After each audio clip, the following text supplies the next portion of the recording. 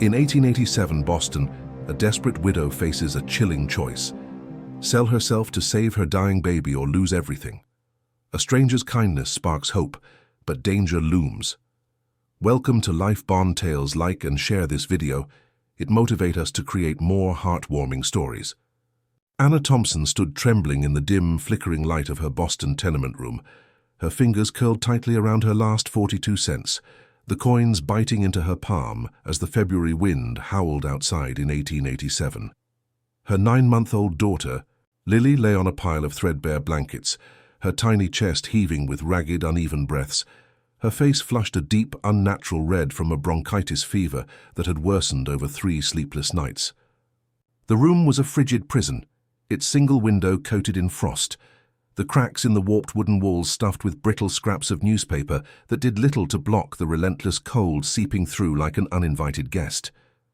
Hannah's stomach twisted with hunger, having eaten only a stale crust of bread 2 days ago, saving the last crumbling scraps for Lily, whose cries now sounded weak and broken, like a sparrow too exhausted to sing. 6 months earlier, Anna's husband Robert had been crushed in a factory accident, his death leaving her with no savings, no family, and a grief so heavy it felt like carrying stones in her chest every waking moment. The landlady, Mrs. Callahan, had pounded on the door that morning, her voice sharp as a blade, demanding the $7 overdue rent by Wednesday or threatening eviction into the merciless Boston streets where snow piled high and the wind cut like glass. Hannah had trudged through the city for weeks, her worn shawl pulled tight, offering to sew, clean, or wash clothes, but no one would hire a woman whose dress was patched and fraying, whose shoes let in the wet snow, and whose sick baby clung to her side, crying pitifully. Her once lustrous chestnut hair hung limp and unwashed, and her reflection in the room's cracked mirror showed a gaunt, hollow-eyed stranger, barely 23 but aged by hunger and fear. She knelt beside Lily, stroking her daughter's burning forehead, whispering, "Mama's here, sweet girl, I'll make you better." The words felt like a lie, each one catching in her throat as Lily's coughs grew harsher, a grating, wet sound that Anna recognized from her own childhood when her mother had lost a sister to the same illness. Bronchitis could steal a child's life in days without medicine, and Dr. Larson's fee of $2 for a visit and a bottle of syrup was as unreachable as the moon. Anna's eyes lingered on the mirror, where the ghost of her former self stared back, a woman who once laughed with Robert over dreams of a little house with a garden. Now a darker thought crept in, one she had fought for weeks, shameful and terrifying. Women who sold themselves to men always seemed to have coins for rent, bread, and coal. She shook her head, tears stinging her eyes, and whispered to her reflection, "I won't do it. There has to be another way." But as Lily's breathing grew shallower, each gasp a knife to Anna's heart, her resolve crumbled like the newspapers in the walls. She pulled a tattered scrap of paper from a drawer, her hands trembling so violently the pencil slipped twice as she wrote, "Young woman seeks gentleman companion for evening employment. Inquire at room 4C, noon to 2. Every word burned like acid, a betrayal of the woman she had been, the one who had stood in a church with Robert, promising love and fidelity under a stained glass sky. She slipped the coins into her pocket, their cold weight a reminder of her poverty, and kissed Lily's forehead, the baby's skin hot against her lips. Stepping into the icy hallway, Anna's heart pounded as she pinned the note to the tenement's message board, its faded surface already crowded with notices for lost pets and cheap furniture. The paper fluttered slightly, a small, shameful flag announcing her desperation to anyone who could read between the lines. She stood frozen, her breath visible in the dim light, knowing that once the note was seen there would be no turning back, no hiding from the sharp eyes of neighbors like Mrs. Doyle, who already whispered about Anna's widowhood and poverty. Behind gloved hands, the thought of Mrs. Doyle's smug judgment, or worse, her pity, made Anna's stomach churn, but Lily's life hung by a fragile thread, and Anna would rather face a lifetime of shame than lose her daughter. She returned to the room, the door creaking shut behind her, and sank to the floor beside Lily's makeshift crib, holding her close as the baby's weak whimpers filled the silence. The wind outside rattled the window, carrying the distant clatter. of carriages and the laughter of people whose lives seemed impossibly far from her own. Anna pressed her cheek against Lily's, whispering prayers for a miracle she wasn't sure would come, her tears falling silently as she imagined the kind of man who might answer her note and what he might demand in return. The weight of her choice settled over her like a heavy cloak, but for Lily she would bear it no matter the cost. Anna Thompson stood trembling in the dim, flickering light of her Boston tenement room, her fingers curled tightly around her last 42 cents, the cold coins biting into her palm as the February wind howled outside in 1887. Her 9-month-old daughter Lily lay on a pile of threadbare blankets, her tiny chest heaving with ragged, uneven breaths, her face flushed a deep, unnatural red. From a bronchitis fever that had worsened over 3 sleepless nights, the room was a frigid prison, its single window coated in a thick layer of frost, the warped wooden walls leaking cold through cracks stuffed with brittle scraps of newspaper. That crumbled at a touch. Hannah's stomach twisted with hunger, having eaten only a stale crust of bread 2 days ago, saving the last crumbling scraps for Lily, whose cries now sounded weak and broken, like a sparrow too exhausted to sing. 6 months earlier, Anna's husband Robert had been crushed in a factory accident, his death leaving her with no savings, no family, and a grief so heavy it felt like carrying stones in her chest every waking moment. The landlady, Mrs. Callahan, had pounded on the door that morning, her voice sharp as a blade, demanding the $7 overdue rent by Wednesday or threatening eviction into the merciless Boston streets where snow piled high and the wind cut like glass. Anna had trudged through the city for weeks, her thin shawl pulled tight against the chill, offering to sew, clean, or wash clothes, but no one would hire a woman whose dress was patched and fraying, whose shoes let in the wet snow, soaking her feet until they ached with cold. Her once lustrous chestnut hair hung limp and unwashed, and her reflection in the room's cracked mirror showed a gaunt, hollow-eyed stranger, barely 23 but aged by hunger and fear. She knelt beside Lily, stroking her daughter's burning forehead, whispering, "Mama's here, sweet girl, I'll make you better." The words caught in her throat, feeling like a lie as Lily's coughs grew harsher, a grating, wet sound that echoed in Anna's memory from her childhood, when her mother had lost a sister to the same illness.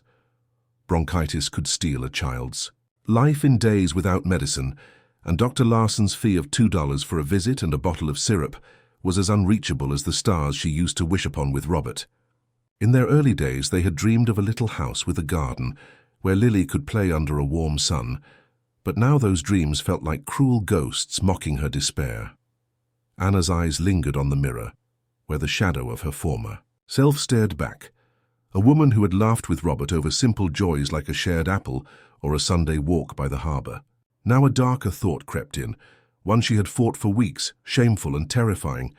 Women who sold themselves to men always seemed to have coins for rent, bread, and coal to keep their rooms warm.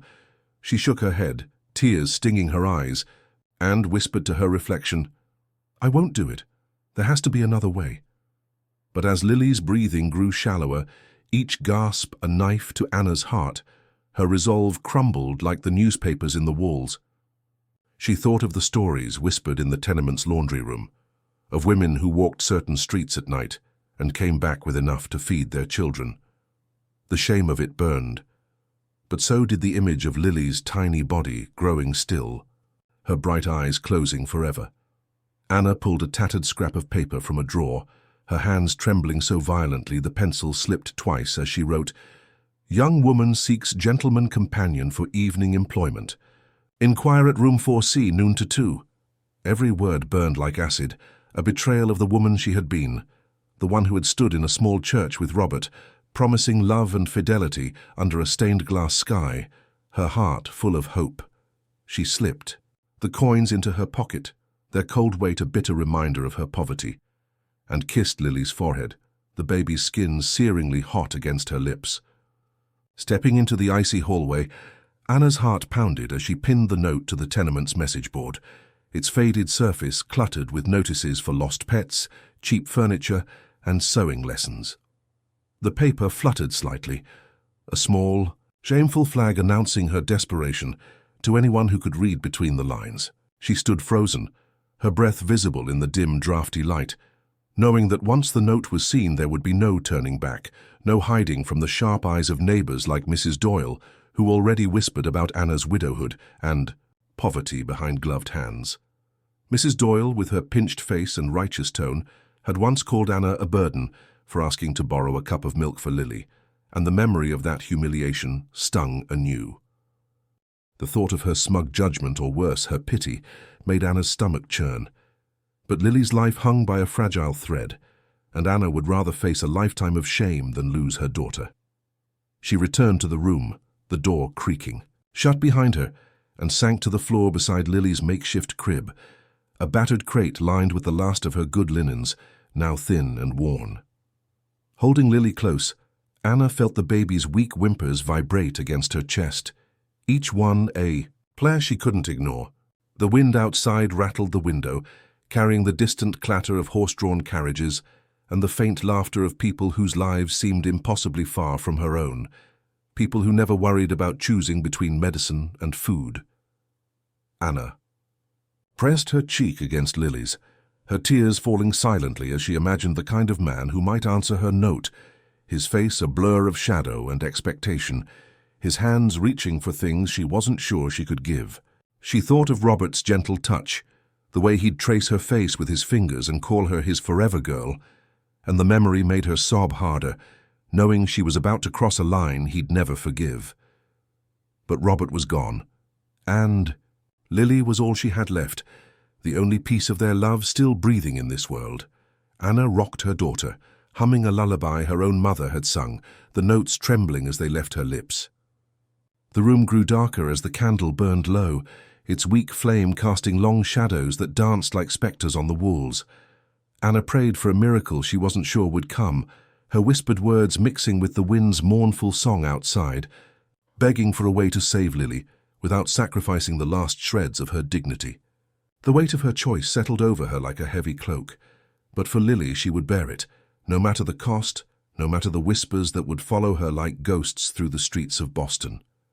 Anna Thompson clutched the scrap of paper, with her shameful note as she descended the creaking tenement stairs, her heart pounding with dread and resolve, the weight of her decision to seek a gentleman's companionship pressing against her chest like a stone. The noon hour approached, and she had arranged for Mrs. Kelly, a kind but frail widow from the first floor, to watch Lily, whose feverish whimpers had quieted into an unsettling silence, her tiny body too weak to cry. Anna wrapped her thin shawl tighter, the February chill biting through her worn dress as she stepped into the bustling Boston street, where vendors called out and carriages rattled over cobblestones. She headed toward a small cafe on the edge of the neighborhood, a place she'd chosen for its dim lighting and quiet corners, hoping it would shield her from prying eyes. The cafe's sign, faded but still legible, read, "Harbor's Rest," and its warmth enveloped her as she pushed open the door, the scent of coffee and fresh bread, a cruel reminder of the meals she could no longer afford. A man sat alone in the corner, his dark coat neatly pressed, his graying hair catching the light from a nearby lamp. He looked up as Anna approached, and her first thought was that his eyes weren't what she'd expected, not cold or predatory, but soft, almost sad, like a man carrying a quiet sorrow. "Miss Thompson?" he asked, standing with a politeness that made her feel out of place in her patched dress and scuffed shoes. She nodded, her throat too dry to speak, and sat across from him, gripping her shawl to hide her trembling hands. His name was Edward Harper, he said, a 45-year-old widower and former schoolteacher who now lived off a modest inheritance. Anna braced herself, expecting the conversation to turn toward what she'd offered in her note, but Edward surprised her by asking about Lily. "Tell me about your daughter," he said, his voice gentle, as if he sensed the storm of fear inside. "Her?" The question caught Anna off guard, and words tumbled out before she could stop them. Lily's fever, her weak coughs, the way her tiny hands reached for Anna even in sleep. She spoke of Robert's death, the factory's indifference, the endless days of hunger, her voice cracking as she admitted she had only 42 cents left. Edward listened without interruption, his eyes never leaving her face, and when she finished he leaned back, turning a plain silver ring on his finger, a gesture that seemed to anchor him. "My daughter Clara was about Lily's age when she died, he said quietly, his voice heavy with old grief. Bronchitis, like your girl. My wife followed her a year later. I had money then, but it couldn't save them. Anna's chest tightened, not just for his loss, but for the raw honesty in his words, so different from the judgment she'd faced from neighbors. She waited for him to name his price, to reveal what he wanted for his attention, but instead, he reached into his coat and placed $3 silver on the table, their shine stark against the worn wood. Take this, he said, for Lily's medicine, for food. Anna stared at the coins, her mind reeling. I can't, she whispered, shame flooding her cheeks. I don't understand what you want. Edward's smile was small but genuine. I want your daughter to live, that's all. The simplicity of his kindness stunned her, and she shook her head, expecting a catch, a hidden demand.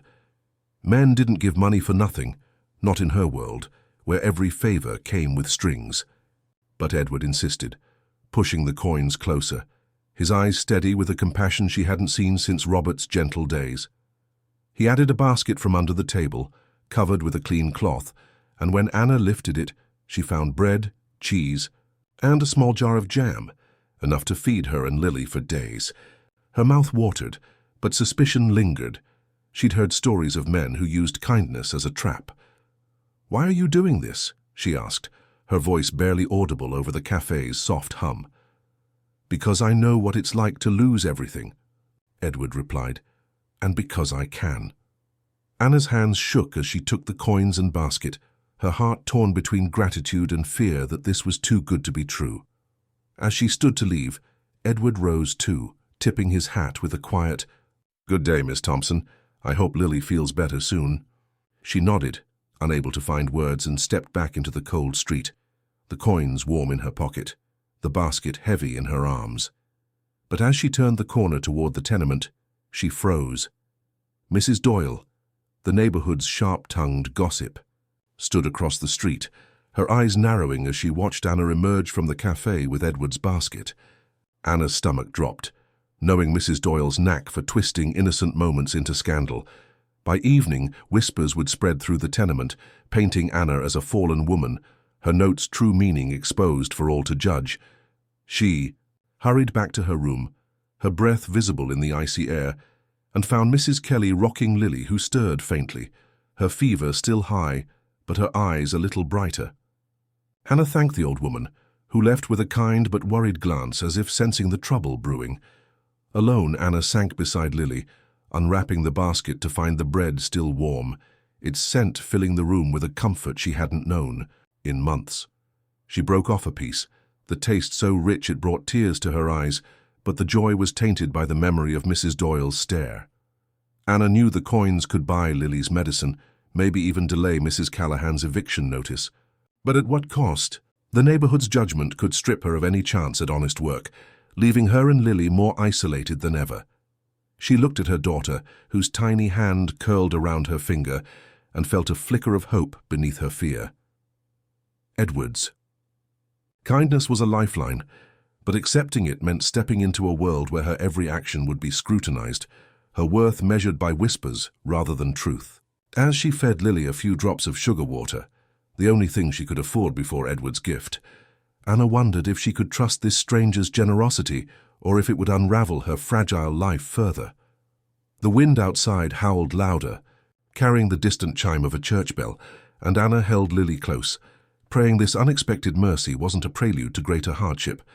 Anna Thompson sat by Lily's crate crib, her heart lighter as she watched her daughter's breathing ease slightly, the medicine bought with Edward Harper's unexpected gift working its slow magic against the bronchitis that had threatened to steal her away. The $3 silver had secured a visit from Dr. Larson, a stern but skilled physician who had examined Lily the previous evening, his black bag clinking with instruments as he confirmed the illness could be tamed with careful dosing of a bitter syrup. Anna had measured out the first drops with trembling hands, and now, in the pale morning light of their Boston tenement room, Lily's fever seemed to have dipped, her tiny face less flushed, her coughs less wrenching. For the first time in weeks, Anna allowed herself to believe her daughter might live, a fragile hope blooming amid the cold that still seeped through the newspaper-stuffed walls. She nibbled on a slice of Edward's bread, the taste of butter and jam a luxury that made her dizzy, and saved the rest for Lily, who might soon be strong enough to eat soft crumbs. Edward had visited again that morning, his knock gentle but sure, bringing a small bundle of apples and a woolen blanket he claimed was extra from his home. His offer to help find her work through his contacts, a grocer needing a part-time clerk, a seamstress seeking an assistant, felt like a lifeline, though Anna's pride stung at accepting more charity. They agreed to meet daily in a nearby park, a quiet place where Lily could breathe fresh air and Anna could escape the tenement's stifling judgment. Their first walk that afternoon was tentative, Anna pushing Lily in a borrowed pram, her patched dress drawing glances from passers-by, but Edward's easy conversation about books and birds made her feel almost human again. His presence was steady, not demanding, and when he knelt to adjust Lily's blanket, his smile soft and unguarded, Anna felt a trust she hadn't known since Robert's gentle days. Yet as they returned to the tenement, the weight of Mrs. Doyle's earlier stare haunted her. The gossip had spread like wildfire through the neighborhood, whispers of Anna's cafe meeting with Edward twisting into tales of scandal. By evening, Mrs. Callahan, the landlady, appeared at Anna's door, her face a mask of disapproval, clutching a crumpled copy of Anna's note from the message board. "This is a respectable house," she snapped, her voice loud enough for neighbors to hear through thin walls. "You've got until tomorrow to pay the $7 or you're out, and I won't have your kind bringing shame here."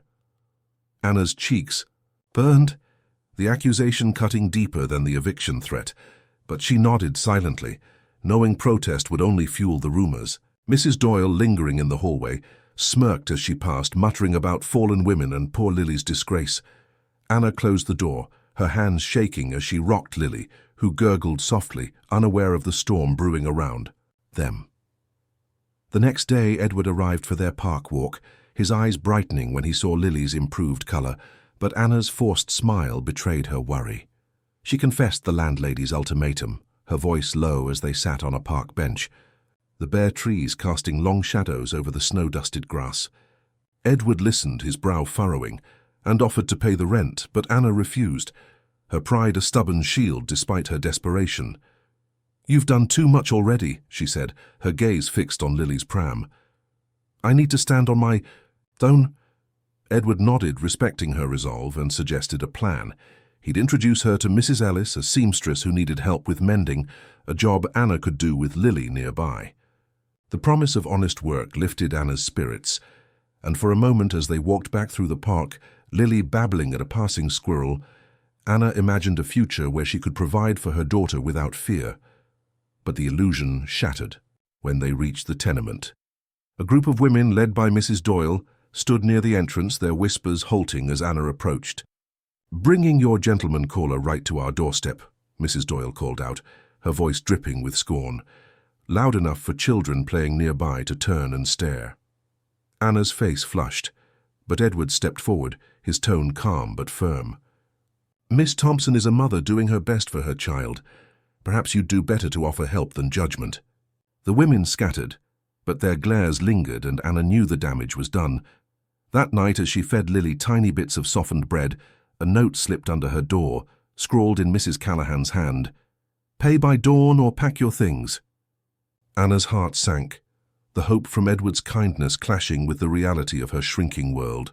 She looked at Lily, whose eyes were clearer now, her tiny hand grasping Anna's finger with surprising strength. The medicine was working, but the cost of survival seemed to be Anna's place in the community. She thought of Edward's offer to pay the rent, his quiet assurance that she wasn't alone, but accepting it meant leaning further into a relationship that already fueled gossip. The tenement walls seemed to close in, the air thick with the weight of her neighbor's condemnation. Anna tucked Lily into her crate, humming a lullaby to soothe them both, but her mind raced with questions. Could she trust Edward's intentions, or was his kindness a debt she'd one day have to repay? Would Mrs. Ellis really hire her, or would the rumors scare her away? The distant clang of a streetcar mingled with the wind's low moan, and Anna felt the fragile thread of hope fraying under the pressure of a world quick to judge a woman alone. She knelt by Lily, promising silently to protect her no matter what it took, But the path ahead felt narrower than ever, hemmed in by whispers and threats that could unravel everything she'd fought for. As the candle burned low, casting flickering shadows across the room, Anna clung to the memory of Edward's sad, kind eyes, praying they held the truth she desperately needed to believe in. Anna Thompson stood in her tenement room's doorway, heart pounding as Mrs. Eleanor Pratt, a stern churchwoman clutching a Bible, led a group of women and Reverend Thompson to confront her on a cold Tuesday morning in 1887. Their faces, set with righteous scorn, accused Anna of immorality for her association with Edward Harper, whose kindness had saved Lily from bronchitis. Mrs. Pratt's voice cut sharp, condemning Anna's park walks with Edward and his gifts of food and money as proof of a sinful arrangement. "We know about your shameful note," she said, referencing Anna's desperate plea for evening employment, "on the tenement's message board." Lily gurgled in her crate crib, unaware of the tension, but Anna's cheeks burned, the public exposure of her desperation stinging like a fresh wound. Reverend Thompson, his black coat looming, warned Anna against pride, insisting a virtuous woman wouldn't accept a man's charity. "So your conduct taints our community," he declared, threatening to shun her from church. Anna's anger flared, fueled by months of hunger and fear, and she stepped forward, voice trembling but firm. "Where was your church when Lily was dying? When we had no food or heat? You judged me, but you offered no help." The women gasped, and Mrs. Pratt, her smile cold, warned that Anna's actions would bar her from decent work or housing, endangering Lily's future. Before Anna could respond, Edward appeared in the hallway, his coat snow-dusted, his calm presence a shield. He challenged the group, his voice steady. "Why didn't you help Miss Thompson when she faced eviction, when her child was sick?" Reverend Thompson stammered about moral standards, but Edward pressed, "You condemn her for accepting kindness, but where was yours?" Mrs. Pratt accused Edward of leading Anna astray, but he countered, "I've only helped a mother who's shown more courage than any of you." The confrontation ended with Reverend Thompson declaring Anna unwelcome at church, the women retreating with sharp glances. Anna felt a strange relief, their judgment burning away some of her fear. Edward offered her and Lily a room in his home to escape Mrs. Callahan's eviction threat, a solution that could fuel more gossip but save them from the streets. Anna hesitated, fearing the rumors, but seeing Lily's improving health, her cheeks pink, not feverish. "Just until I find work," she said, agreeing to move. Edward promised to arrange a job with Mrs. Ellis, a seamstress, by week's end. As they planned the move, Anna felt hope flicker, but the whispers of Mrs. Pratt's accusations lingered, threatening her fragile new beginning. She tucked Lily into her crate, vowing to protect her, even if it meant braving a world quick to judge. Anna Thompson settled into Edward Harper's modest Boston home, arranging her few possessions in a cozy room where Lily, now nearly recovered from bronchitis, played happily on a quilt in the spring of 1887. Anna's new job as a seamstress for Mrs. Ellis brought in 60 cents a week, enough for essentials, and Edward's warm house with its crackling fireplace felt like a sanctuary. Their evenings together, sharing simple meals, Edward reading to Lily, deepened their bond, a quiet trust blooming in Anna's heart, though she hesitated to call it love. But one March afternoon, a harsh knock disrupted their peace. Anna opened the door to find Michael Sullivan, Robert's volatile brother, his weathered face twisted with contempt. A drifter who'd vanished after Robert's funeral, Michael now claimed Lily, producing a forged document he said was Robert's will, naming him guardian. "You're living in sin with this man," he sneered, stepping inside uninvited, his whiskey-scented breath making Anna recoil. Holding Lily tightly, Anna demanded he leave, but Michael threatened to take her daughter to New York, away from her disgrace. Panic surged, the thought of losing Lily unbearable, her hands trembling as she recalled Michael's gambling debts and cruelty toward Robert. Edward returned, his calm presence steadying Anna, and after hearing her rushed explanation, he insisted. They consult his lawyer friend, Mr. Grayson. They hurried to Grayson's office, a haven of polished wood and legal books, Lily bundled in Anna's arms. Grayson, sharp-eyed and composed, examined Michael's paper, declaring it a forgery. Its ink too fresh, its seal inconsistent. Michael, who'd followed, grew belligerent, insisting on his family rights. But Grayson exposed his absence during Anna's struggles, undermining his credibility. Edward offered to testify to Anna's devotion as a mother, recounting her sleepless nights nursing Lily, his voice firm with conviction. Anna felt gratitude swell, her feelings for Edward deepening, a warmth she couldn't ignore.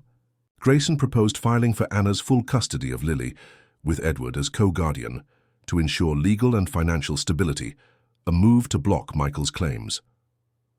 Anna hesitated, wary of tying her life to Edward's, fearing it might echo the churchwomen's accusations of dependency. But Lily's trusting gaze reaching for Edward's hand swayed her. She trusted him. Michael threatened to spread rumors of Anna's arrangement, but Grayson's warning of slander laws silenced him temporarily. Leaving the office, Anna's relief was fragile, Michael's lingering threat a dark cloud. Back home, Lily slept peacefully, and Edward asked Anna what she wanted for her future. Her answer came softly. She wanted Lily safe and happy, but also a life where she felt whole. Edward promised to stand by her through the custody fight, his eyes holding hers with unspoken care. As night fell, Anna sensed their bond growing, rooted in shared pain and respect. But Michael's shadow loomed, a reminder her past could still unravel her fragile hope. Anna Thompson stood in the modest Boston courthouse, her heart racing as she smoothed her hand-sewn green dress, its careful stitches a symbol of her hard-won independence in the spring of 1887. Lily, now a healthy toddler, gripped Anna's hand, her white dress with blue ribbons swaying as she bounced, unaware of the gravity of the moment. The courtroom's high ceilings and polished benches loomed large, but Edward Harper's steady presence beside her, in a well-worn suit, calmed her nerves.